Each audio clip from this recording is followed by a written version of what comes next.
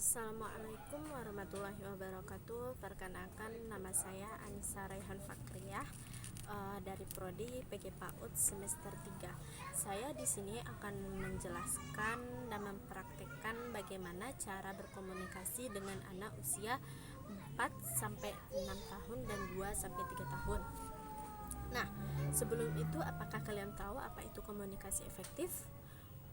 Komunikasi efektif ialah pertukaran berbagai pesan antara dua orang atau lebih. Mereka saling memberikan informasi dalam kedudukan yang sama atau setara.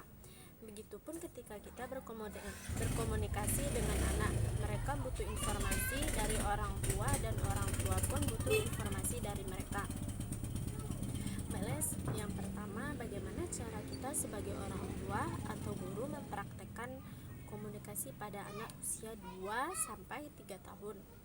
Nah, misalnya seperti kita mempraktekannya menggunakan buku cerita atau buku gambar. Kita menanyakan kepada anak tersebut, adik tahu nggak di dalam buku gambar ini isinya apa aja? Nah, kita menanyakan, adik tahu nggak ini gambarnya warna apa? Nah, kita menanyakannya dengan menggunakan bahasa yang efektif. Karena kalau kita tidak menggunakan bahasa efektif, anak tersebut akan terbiasa menggunakan bahasa yang tidak efektif tersebut sampai dengan ia dewasa nanti. Nah, pada saat ia melihat buku gambar, kita juga menanyakan, misalnya seperti, adik udah makan, adik udah minum susu. Kita harus menggunakan bahasa efektif seperti itu. Jangan menggunakan bahasa misalnya, adik udah mamam, adik sudah minum cucu. Jangan menggunakan bahasa seperti itu, karena nantinya ia akan terbiasa menggunakan bahasa tersebut sampai ia dewasa nanti.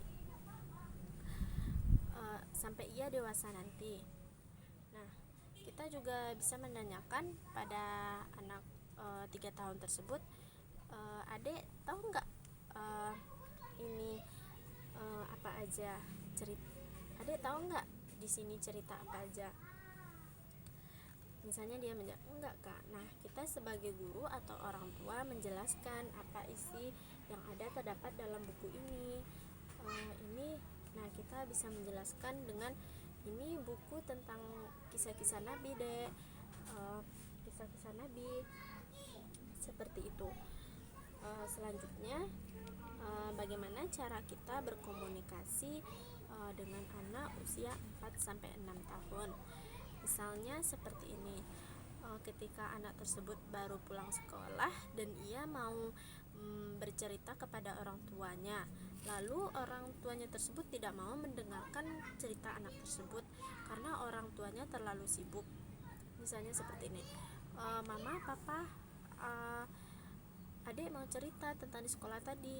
Lalu orang tuanya menjawab dengan suara yang tidak pelan-pelan. Misalnya, maaf nanti ya bicaranya, mama dan papa sedang sibuk. Nah, jangan kita memberikan kata tersebut, karena itu akan membuat anak itu menjadi sedih dan tidak mau bercerita. Kita sebagai orang tua harus mendengarkan cerita dari anak tersebut sampai habis dan memberikan solusi bagaimana ia mengatasinya ketika ia mendapatkan masalah di sekolah, agar ia menjadi senang dan tidak sedih terhadap kita sebagai orang tua memperhatikannya. Dan juga kita sebagai orang tua atau guru juga bisa memberikan bahasa yang efektif. Jangan menggunakan bahasa yang tidak efektif, karena itu akan terpengaruh pada anak dan anak tersebut akan menggunakannya sampai ia dewasa nanti gitu. Selanjutnya, apa saja tips-tips untuk menambah perkembangan bahasa anak? Yang pertama yaitu menambah wawasan orang tua terkait perkembangan bahasa anak. Yang kedua, menstimulasi anak dengan alat dan bahan yang terdapat di sekitar. Yang ketiga, berbicara dan berinteraksi dengan anak. Yang keempat, hindari televisi dan gadget.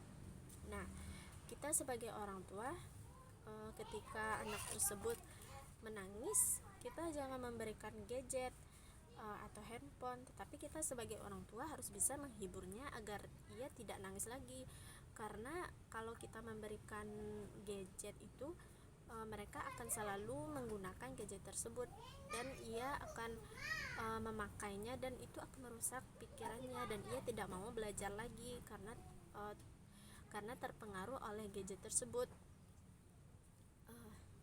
Dan kita juga sebagai orang tua harus selalu berinteraksi dengan anak dan jangan mengabaikan anak. Kita harus selalu berinteraksi dengan efektif dengan anak gitu. Selanjutnya, saya akan membacakan ayat dan surat tentang komunikasi efektif, yaitu ayat surat An-Nisa ayat 9. Baiklah. A'udzubillahi minasyaitonirrajim. Bismillahirrahmanirrahim. Wal yakhshallazina law taraku min khalfihim zurriyatan dhi'afan khafu 'alaihim falyattaqullaha wal yaqulu qawlan syadida.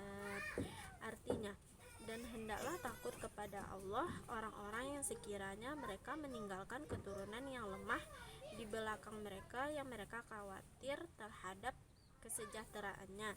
Oleh sebab itu, hendaklah mereka bertakwa kepada Allah Subhanahu wa Ta'ala, dan hendaklah mereka berbicara dengan tutur kata yang benar. Jadi kesimpulannya dari ayat ini ialah kita mengajarkan kepada anak untuk menggunakan tutur kata yang benar dan baik. Mungkin itu yang dapat saya sampaikan, kurang lebihnya saya mohon maaf. Wassalamualaikum warahmatullahi wabarakatuh.